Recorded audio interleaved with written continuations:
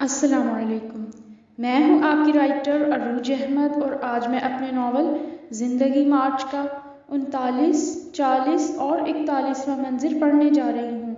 تو چلیں شروع کرتی ہوں۔ تو یعنی تمہارا نکاح تمہاری مرضی سے رکھا گیا ہے؟ اس کے تو ہاتھوں کے طوطے اڑ چکے تھے۔ ہاں بالکل، میں نے ہی ابا جان کو منایا ہے نکاح کے لیے۔ اور تمہیں کیا پریشانی ہے؟ تمہاری تو اس سے بہت اچھی دوستی ہے، تمہیں تو خود اس کا خیال ہونا چاہیے تھا۔ فرقان نے اسے غصے سے لتاڑا تھا۔ تم تو مجھ سے ہمیشہ بڑے محبت کے دعوے کیا کرتے تھے۔ اتنا بڑا دھوکہ! تم میری دیورانی کو میری سونکن بنا کر لانا چاہ رہے ہو؟ یعنی مجھے صحیح شک پڑا تھا، تم اس میں انوالو تھے۔ وہ غصے سے چلا رہی تھی۔ فرقان غصے سے دانت پیس کر رہ گیا۔ تم جو بھی سمجھ لو۔ وہ اپنی ضروری فائلیں ترتیب دے رہا تھا۔ تم نے محبت کے ڈرامے کیے تھے میرے ساتھ، مگر سچ میں تم اس سے نفرت نہیں محبت کرتے تھے۔ مجھے پاگل بنایا تم نے۔ وہ بھی غصے میں آ چکا تھا۔ جو وہ ہی پاگل، اسے مزید کیا بنانا؟ اس نے اپنے شوہر کا موبائل اٹھا کر میز پر پٹخا۔ میری ہی غلطی ہے۔ جو شخص محبت کے 100 چکر چلا سکتا ہے، وہ 101 بھی چلا سکتا ہے۔ اس پر وہ پھٹ پڑا تھا۔ تو تم کتنی پاکیزہ ہو، ویسے تو اپنی پہلی محبت کا دم بھرتے نہیں تھکتی تھی۔ وہ ایسا تھا، وہ ویسا تھا، تم تو اس کے آگے کچھ بھی نہیں۔ فرقان نے اس کی پہلی محبت کے قصے اسے جتائے تھے۔ تم ہو کیا؟ موٹی کالی بلا! تمہیں کسی نے اپنی بیوی بنانا پسند نہ کیا، اور میں جو غلطی سے بنا کے گھر لے آیا تو ساری عمر کا مجھ پر احسان چڑھاتی رہی۔ پھر دولت آئی تو غرور کہ میری قسمت کی دولت تمہیں ملی ہے۔ فرقان آج دل کے سارے غبار نکال دینے کو تھا۔ ہاں تو اور کیا؟ تم تھے ہی کیا؟ کیا تمہاری اوقات؟ صرف ایک اچھی صورت تھی، ورنہ نہ چج کی نوکری تھی، نہ تمہارے گھر والے اچھے۔ ایک میں آئی تو تمہیں لاکھوں کی نوکری ملی اور لگژری لائف سٹائل۔ وہ جتا رہی تھی۔ ہاں تو بس، جب میری صورت کی تمہاری نظر میں کوئی قدر ہی نہیں تو جاؤ، میری صورت کیوں دیکھنے میرے ساتھ رہتی ہو؟ اس جینٹل مین کے پاس چلی جاتی، بقول تمہارے وہ جدی پشتی امیر کبیر مرد تھا۔ ابھی بھی کچھ دیر نہیں ہوئی، تم جا سکتی ہو۔ وہ بھی نفرت سے چلایا تھا۔ وہ گھبرا گئی۔ یہاں آ کر اس کو کوئی جواب نہ سوجا تھا۔ تم اپنی بے وفائی کو یاد رکھنا، تم ایک برے شوہر ہو، اسے بھی کبھی خوش نہیں رکھ سکو گے۔ وہ حقارت سے ہنسی تھی۔ تم اسے چھوڑو اور اپنے محبوب کے ساتھ بھاگنے کی تیاری کرو، کیونکہ میں تو بے وفا ثابت ہو چکا ہوں، اور سوائے شکل کے میرے پاس تو کچھ تھا ہی نہیں، اور شکل بھی وہ جو کبھی تمہیں پسند تھی ہی نہیں۔ فرقان اسے لاجواب کر چکا تھا، مگر وہ اپنی ہار نہیں ماننا چاہتی تھی۔ میں کیوں جاؤں؟ اتنے سال اس لیے ساتھ گزارے کہ ایک دن تم دوسری بیوی لا کے مجھے نکلنے کے لیے کہہ دو گے؟ وہ پھر سے چلایا تھا۔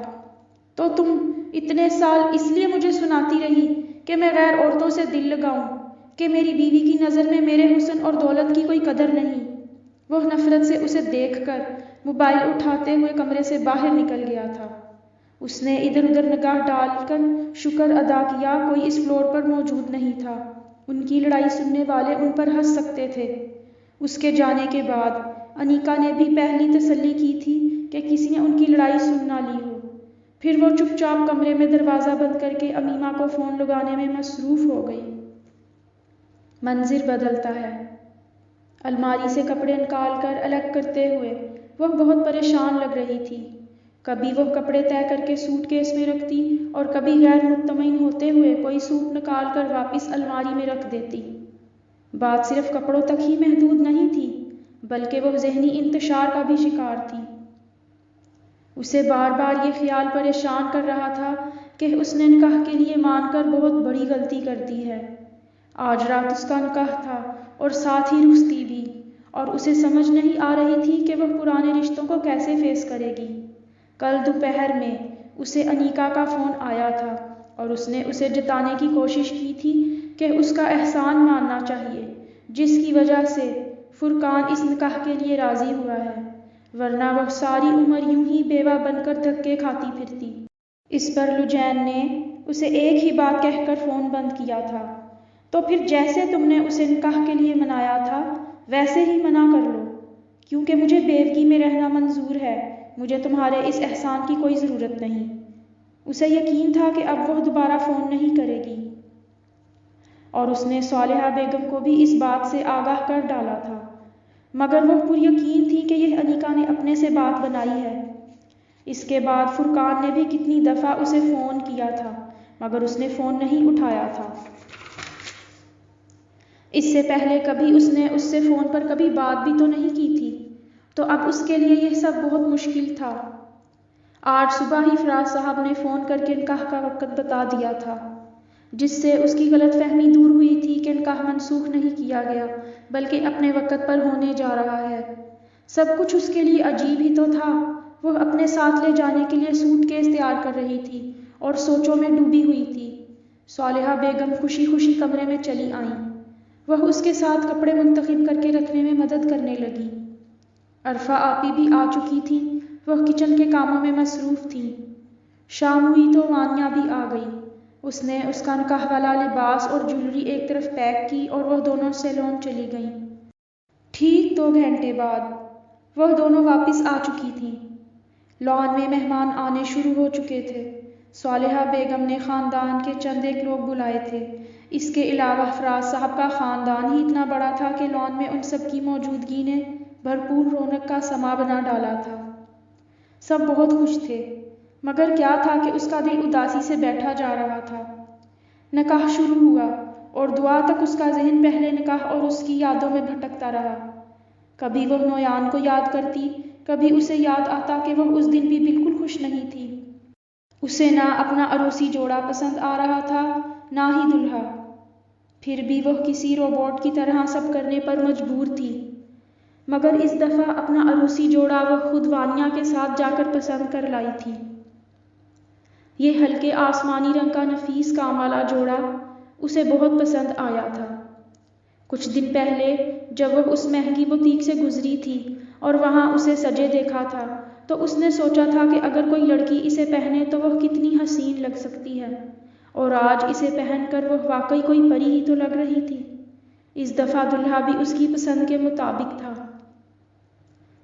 یہ فرق ضرور تھا کہ وہ پسند کئی سال پہلے کی تھی، بلکہ اب تو اسے رفتہ رفتہ سب یاد آ رہا تھا۔ وہ شادی کے بعد افسوس کیا کرتی تھی، نویان جیسے زنانہ طبیعت کے مرد اسے کہاں پسند تھے، جو چپ چاپ سر ہلا کر جی حضوری کیا کرتے ہیں۔ اسے خالص مردانہ طبیعت کے ناز و انداز والے مرد پسند تھے، جن کی لیاقت اور بہادری پورے خاندان میں مشہور ہو۔ اسے اپنے جیٹھ کی انفرادیت اور بے نیازی بہت پسند تھی، اور نویان جو ہر کسی سے محبت سے پیش آنے والا، سب کے کام آنے والا انسان تھا، کبھی بہت بے وقوف لگتا تھا۔ جب سارے اس سے کام نکلوانے کے بعد اسے ذلیل کروا کے چلے جاتے تھے، تب وہ اس کی سادگی پر ماتم کیا کرتی تھی۔ اسے بہت کچھ یاد آ رہا تھا، سب محبتیں، سب نفرتیں۔ دعا مانگی جا چکی تھی، منہ میٹھا کرنے کی رسم ادا کی گئی۔ اس کے دل نے دماغ سے کہا، اسے خوش ہونا چاہیے، جشن منانا چاہیے۔ کئی سالوں پہلے اس کی گئی حسرت قبولیت میں بدل چکی تھی، مگر اب وہ زمانہ بھی تو نہیں تھا۔ حسرت اور پسندیدگی میں فرق پڑ چکا تھا۔ فرقان شادی کے بعد بدلنے سے اس کے دل سے اتر چکا تھا۔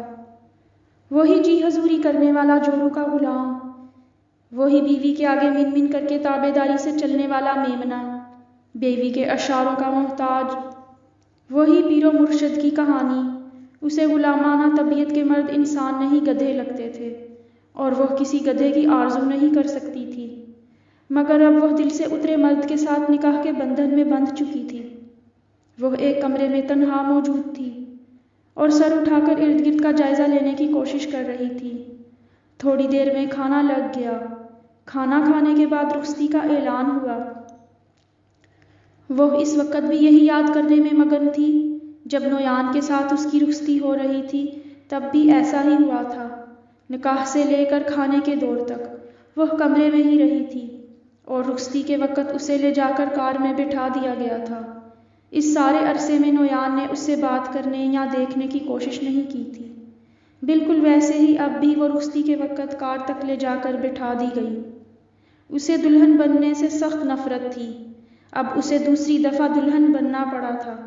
انسان کو نفرت کرنا بہت مہنگی پڑتی ہے، کیونکہ وہ اسے بار بار اپنا احساس دلا کر اندر ہی اندر ذلت کے احساس سے نچوڑتی رہتی ہے۔ کار کی پچھلی سیٹ میں بیٹھتے ہوئے اس نے ارد گرد کا جائزہ لیا۔ اگلی سیٹ پر ریحان کار چلانے میں مصروف تھا، جبکہ فرقان اعلیٰ لباس میں ملبوس اطمینان سے شیشے سے باہر دیکھنے میں مگن تھا۔ اس کی دائیں جانب مائرہ اور بائیں جانب نجمہ بیگم بیٹھی تھی۔ گھر اتنا دور نہیں تھا جتنا آج دور ہوتا جا رہا تھا۔ وہ بے حد بے چین تھی۔ اسے یاد آیا کہ اسی شخص سے تو اسے پہلی بار بے حد نفرت ہوئی تھی اور پھر محبت بھی ہوئی تھی۔ پھر بار بار اسے یہ خیال ستاتا تھا کہ کاش اس کی نویان کی بجائے اس سے ہی شادی ہو گئی ہوتی۔ نفرت کی وجہ اس کا نفرت بھرا سلوک تھا، اور پھر محبت کی وجہ اس کا وہ مخصوص انداز اور عادات بن گئی جو اس کے خیال سے مثالی شوہر میں ہونا ضروری تھی، مگر اس کی شادی کے بعد وہ اس کے دل سے اتر گیا تھا۔ گھر پہنچ کر اس کا جوش و خروش سے استقبال کیا گیا۔ اسے یاد آیا نویان کی بیوی بن کر جب وہ یہاں آئی تھی تو اس کا یوں استقبال نہیں ہوا تھا، حالانکہ تب وہ یہاں پہلی بار قدم رکھ رہی تھی اور پہلے کسی کے ساتھ اس کا نام منسوب نہیں تھا، مگر اب جب کہ وہ ان کے مرحوم بھائی اور بیٹے کی بیوی کی پہچان بھی رکھتی تھی اور جٹھانیوں اور دیورانیوں کے دل میں بغض اور جلن بھی شدید ہو چکی تھی، اس سب کے باوجود اس کا اتنا اچھا استقبال اسے حیران کر رہا تھا۔ ہاں، شاید آدمی اپنے دل کے نفاق اور بغض کو چھپانے کے لیے یوں ہی چہرے پر پردہ چڑھائے رکھنے پر مجبور ہو جاتا ہے۔ سب اس سے خوش اخلاقی سے پیش آ رہے تھے سوائے امیمہ کے، اور انیکا، وہ تو بالکل ہی غائب تھی۔ اس نے چپ چاپ وقت گزرنے کا انتظار کیا۔ فرقان نے اس کے ساتھ بیٹھ کر چند تصویریں اتروائی تھیں۔ پھر لجین نے بے دلی سے مائرہ سے درخواست کی کہ وہ اس سب سے تنگ آ چکی ہے اور آرام کرنا چاہتی ہے۔ تبھی مائرہ نے نجمہ بیگم سے اسے اس کے کمرے تک چھوڑ کر آنے کی اجازت لی اور اسے فرقان کے کمرے میں لے آئی۔ کمرے میں ہر طرف گلدستے سجا کر خوشبو اور خوبصورتی پیدا کی گئی تھی۔ بیڈ کے اوپر گلاب کی پتیاں پھیلا کر کمرے کے حسن میں اضافہ کیا گیا تھا۔ وہ اپنا لہنگا سنبھال کر بیڈ پر بیٹھنے کی کوشش کر رہی تھی، جبکہ مائرہ اس میں اس کی مدد کر رہی تھی۔ اسے خیال آیا نویان سے اس کی شادی بہت سادہ طریقے سے کی گئی تھی، نہ اتنی اچھی سیج سجی تھی اور نہ ہی کمرہ اتنے اچھے سے سجایا گیا تھا۔ اسے خیال آیا امیر لوگوں کی محبت کو بھی دولت چار چاند لگا دیتی ہے، غریب آدمی کے پاس خالی خوالی الفاظ ہی ہوتے ہیں جن سے محبوب کا دل بہلا سکتا ہے۔ اسے نویان کی یاد نے غمگین کیا تھا، مگر دوسرے ہی لمحے فرقان کے حصول نے اسے بے تحاشا خوش کر ڈالا۔ اب اس کا اس سے نکاح ہو چکا تھا اور وہ آسمان پر چمکتا ہوا چاند اس کا ہو چکا تھا۔ یکدم اسے خیال آیا دور سے دیکھنے والوں کے لیے وہ چاند ہوگا، میرے لیے اب وہ گرہن زدہ عام سا سیارہ ہے۔ اس کا دل ڈوبا جانے لگا۔ یہ اس سے کیا حماقت ہو گئی؟ اس نے کیوں نکاح کے لیے رضامندی ظاہر کر کے اپنی زندگی خراب کر لی؟ پھر اس نے دل کو خوش کرنے کو یاد دلایا کہ کبھی اس سے محبت ہوئی تھی۔ یہ یاد کرتے ہی اسے وہ پرانے دن یاد آنے لگے اور وہ بے حد خوش ہو گئی۔ اسے لگا وہ آج بے حد خوش اور بے تحاشا اداس ہے۔ اچانک شدت جذبات سے اس کا دل پھٹنے لگا۔ وہ دل پر ہاتھ رکھ کر تڑپنے پر مجبور ہو گئی۔ وہ اوندھے منہ بیڈ پر گر چکی تھی۔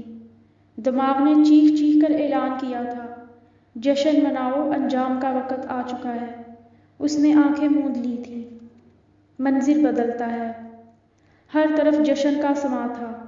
ان کے نکاح کے بعد دعا کی جا چکی تھی۔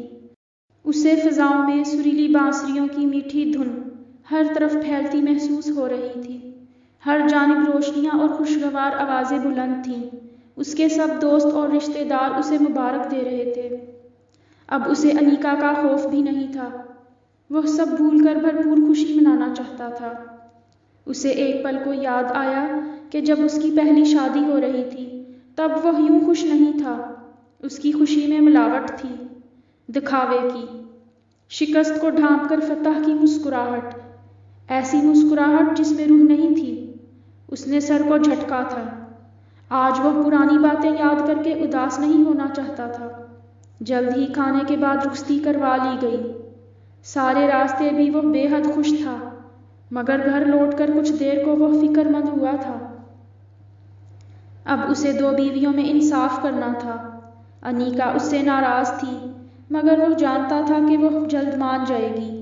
اس نے لجین کے لیے ایک دوسرا کمرہ کھلوا کر نئے طریقے سے سیٹ کروا ڈالا تھا، اور پھولوں کی آرائش نے کمرے کی خوبصورتی کو 4 چاند لگا ڈالے تھے۔ یہ سب وقتی تھا، بعد میں وہ لجین کے لیے اس کا نویان والا کمرہ بھی تیار کروا سکتا تھا، اگر وہ فرمائش کرتی تو۔ داریا تھک چکی تھی۔ نجمہ بیگم اسے اپنے ساتھ سونے لے گئیں۔ تب مائرہ لجین کو اس کے کمرے میں چھوڑ آئی تھی۔ اسے لجین کے کمرے میں جانے سے پہلے خیال آیا کہ وہ انیکا سے مل لے۔ آفر اور فاخر اس کے ساتھ ہی تھے، مگر حاشر انیکا کے پاس تھا اور وہ کمرے سے باہر نہیں نکلی تھی۔ دروازہ پیٹتے ہوئے کافی وقت ہو گیا، مگر اس نے دروازہ نہیں کھولا۔ تنگ آ کر فرقان نے لوٹ جانا بہتر سمجھا اور موڈ صحیح کر کے لجین کے کمرے کے دروازے کی طرف چلا آیا۔ ایک پرسکون سانس لیتے ہوئے اس نے دروازہ کھولا تھا۔ کمرے میں داخل ہوتے ہی اس کی نظر بیڈ پر اوندھے منہ پڑی لجین کی جانب اٹھی تھی۔ اسے خیال آیا وہ تھک کر یوں ہی لیٹ گئی ہوگی۔ السلام علیکم، اس نے بلند آواز میں سلام کیا تھا۔ لگتا ہے آپ زیادہ تھک گئی ہیں، اس نے متوجہ کرنے کی کوشش کی تھی، مگر وہ جوں کی توں پڑی رہی۔ اسے تشویش ہونے لگی۔ وہ فکر مندی سے وہیں آ بیٹھا اور اس کے کندھے کو ہلا کر اٹھانے کی کوشش کرنے لگا۔ اسے جلد ہی احساس ہوا کہ وہ کسی بے جان جسم کو ہلانے کی کوشش کر رہا ہے۔ اس نے اسے سیدھا کیا تو اس کا ہاتھ اپنے دل پر ٹکا دیکھ کر مزید چونک گیا۔ اس کے چہرے پر تکلیف کے آثار موجود تھے۔ اس کی بند آنکھوں اور بے حرکت وجود نے اس کے قدموں کے نیچے سے زمین کھینچ لی تھی۔ اس نے جلدی سے اپنا موبائل نکال کر ایمبولینس کو فون ملایا۔ وہ انہیں پتہ سمجھا رہا تھا کہ دروازہ کھٹکنے کی آواز بلند ہوئی۔ وہ مزید گھبرا گیا تھا۔ کسی کے لیے بھی یہ ذلت کی بات ہے کہ شادی کی پہلی ہی رات بیوی کو دل کا دورہ پڑ جائے۔ وہ نہ تو یہ بات کسی سے چھپا سکتا تھا، نہ بتا سکتا تھا۔ تھوڑی دیر میں ایمبولینس آنے والی تھی۔ اس خبر سے یہ بات پورے گھر میں ہی نہیں بلکہ آس پاس کے گھروں میں بھی پہنچنے والی تھی۔ دروازہ بدستور بج رہا تھا۔ اس نے فون رکھا اور اسی الجھن میں دروازہ کھولنے کے لیے قدم بڑھایا۔ کانپتے ہاتھوں کے ساتھ اس نے دروازہ کھولا ہی تھا کہ طوفان کی طرح انیکا اس کی طرف بڑھتی چلی گئی۔ اس کے ہاتھوں میں پستول تھی۔ میں تمہیں اتنی آسانی سے معاف نہیں کروں گی۔ تم نے مجھے دھوکہ دیا ہے۔ تمہاری سزا موت ہے اور میں تمہاری محبوبہ کا انجام بھی تمہاری آنکھوں کے سامنے ہی کروں گی۔ اس نے فرقان کو دھکا دے کر پیچھے کیا اور پستول لجین پر تان لی۔ فرقان غصے میں دیوانہ وار اس کی جانب بڑھا تھا۔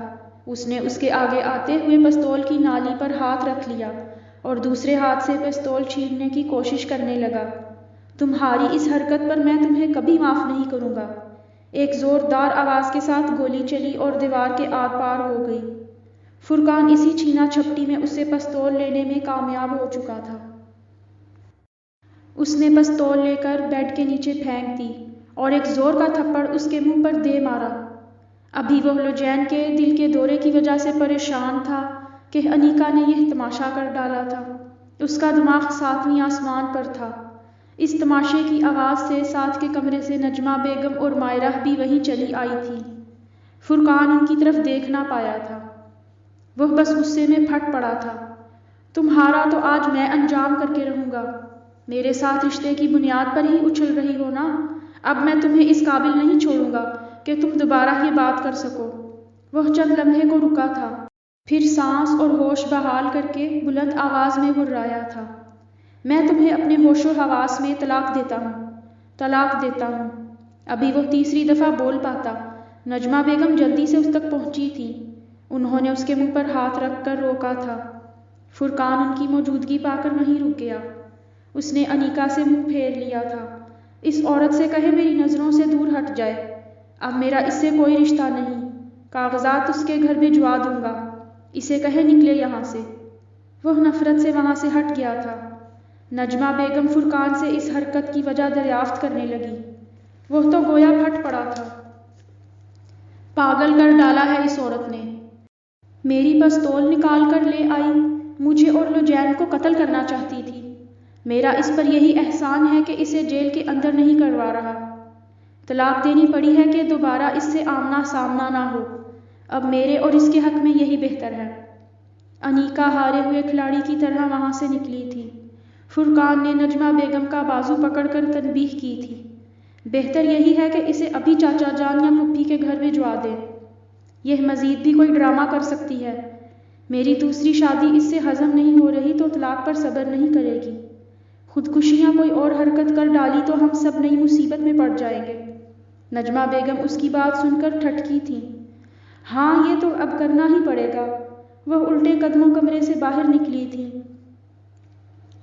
مائرہ لجین کے قریب بیٹھی اسے ہلا کر اٹھانے کی کوشش کر رہی تھی۔ فرقان اسے دیکھ کر غم زدہ سے انداز میں ان کی جانب بڑھا تھا۔ اٹھانے کا فائدہ نہیں، اسے دل کا دورہ پڑا ہے۔ کیا معلوم ہم سے پہلے انیکا یہاں سے ہو کر گئی ہو اور اسے کیا کہہ ڈالا ہو کہ اس نے دل پر بات لے لی ہو۔ مائرہ اس پر فرقان کو تکتی رہ گئی تھی۔ وہ دل بردشتہ حالت میں تھا۔ دل کا دورہ؟ مائرہ نے تشویش ناک انداز میں الفاظ دہرائے تھے۔ آج یہاں کیا ہو رہا ہے؟ فرقان نے اس کے کندھے پر ہاتھ رکھا تھا۔ کچھ دیر میں ایمبولینس آنے والی ہے، تم میرے ساتھ چلنا، ابھی ابا جان کو بھی بتا آؤ۔ مائرہ سوچ میں پڑ چکی تھی۔ ابا جان کا دل بھی کمزور ہے؟ اس بات پر وہ خود بھی دل نہ چھوڑ بیٹھے۔ فرقان کچھ لمحوں کو چپ رہا، پھر کچھ فیصلہ کر کے بولا، تم امی جان کو دیکھو، وہ انیکا کو بھیج رہی ہیں یا نہیں، انہیں موقع دیکھ کر بتا آؤ، جو ہی ایمبولینس آتی ہے تم میرے ساتھ نکل پڑنا۔ اس پر اس نے سر ہلا دیا تھا۔ ٹھیک ہے میں چادر بھی لے آتی ہوں۔ وہ کمرے سے باہر نکل پڑی۔ سامعین حضرات، یہ ناول جاری ہے اور امید کرتی ہوں آپ کو پسند آ رہا ہوگا۔ اپنی رائے سے آگاہ کرنے کے لیے تبصرہ ضرور کیجیے۔ اب مجھے اجازت دیجیے، اپنی دعاؤں میں یاد رکھیے گا۔ اللہ نگہبان۔